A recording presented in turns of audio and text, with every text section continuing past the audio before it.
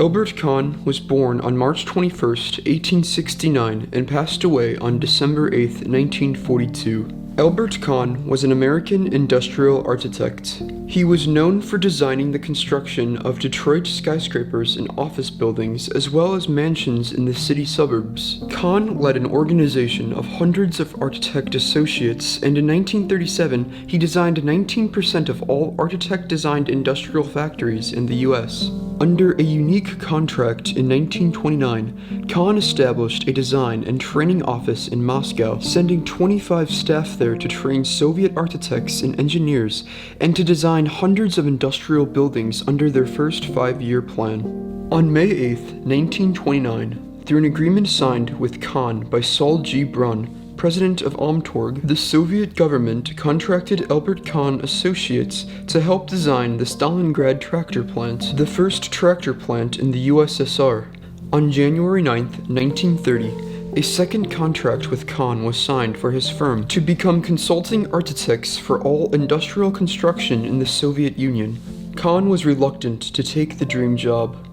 American economic prospects in 1928 looked bright, while the firm was awash with contracts and the American people held deep resentment against communism. The USSR was a rogue state that the US did not recognize, given the socialist revolution after World War I. From Kahn's perspective, he was apprehensive in doing business with a government that the US did not recognize and saw particular risk for a Jewish architect in taking on the project. Kahn was hired in late 1929 to oversee and advise on the entire Soviet industrialization project. The Soviets agreed to pay the American firm $250,000 per year in American dollars, plus average salaries of $10,000 a year to Americans working in the Moscow office established for supporting the project. Over the next 2 years, Albert Kahn Inc. designed and built over 500 factories on both the European and Asian sides of the Ural Mountains in the Soviet Union.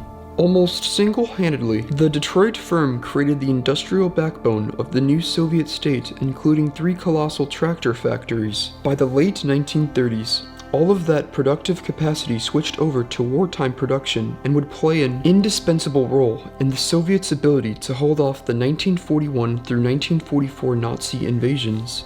The Soviets faced 3/4 of Hitler's army and therefore are thought by most historians to be the single most important factor in defeating the Nazis. Taking just one example from 1939 to 1945, Chelyabinsk factory contributed 18,000 durable tanks that could blow out the German panzers, 485,000 diesel engines, and 17 million units of ammunition to the war efforts. Thus, in a marvelous way, a German Jewish immigrant in Detroit helped cement Hitler's doom, probably unforeseen by Kahn.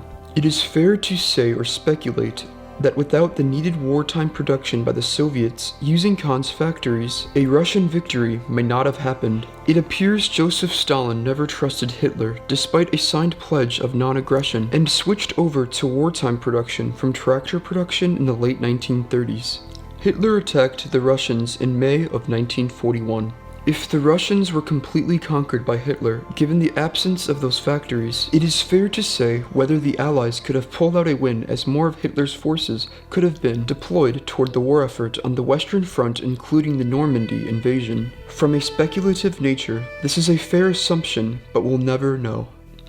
Reflecting on the split of Germany and Berlin, this would only take place given a victory by the Allies. That would certainly rule out any problem of a Cold War.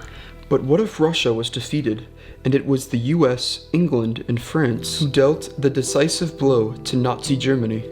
The four-way split may not have happened or may have changed somewhat if the Russians were defeated, and who knows if Stalin would have survived the Nazi attack. If that were the case, East Germany and Berlin may have looked a lot more democratic without a wall and a Berlin airlift which lasted about a year. It is said to say how every Soviet engineer who had any connection with Detroit was arrested and most of them accused of espionage. On April 21, 1938, Saul G. Brunn, the Amtorg chairman who first got the ball rolling with Kahn in 1928, was tried, sentenced, and shot by a firing squad all in one day. The former trade executive for the Soviet Union was just one link in an endlessly lengthening chain of state-sanctioned murders. In the 4 months before Braun's disappearance, 704 Soviet citizens were executed for treason. Braun was buried in a mass grave outside Moscow, while his wife died in a Kazakhstan labor camp for wives of enemies of the people. Stalin's view on eliminating those who worked with Kahn and other Western companies was necessary to conceal the truth about the origins of the early stages of accelerated industrialization in the USSR, which was supposed to go into history as an unparalleled achievement of the brilliant genius of the great architect of communism, Joseph Stalin. When a journalist asked Kahn what he thought of Russia and communism, he replied that he knew nothing of politics and was approaching the challenge like a medical doctor in 1930. Kahn pulled out of the USSR in early 1932, and contracted negotiations failed relating to payment. The USSR wanted to pay Kahn in worthless Russian rubles, a currency that is not exchangeable in the US and was considered worthless anyway, while Soviet citizens working in Detroit also returned to their country only to be shot dead later.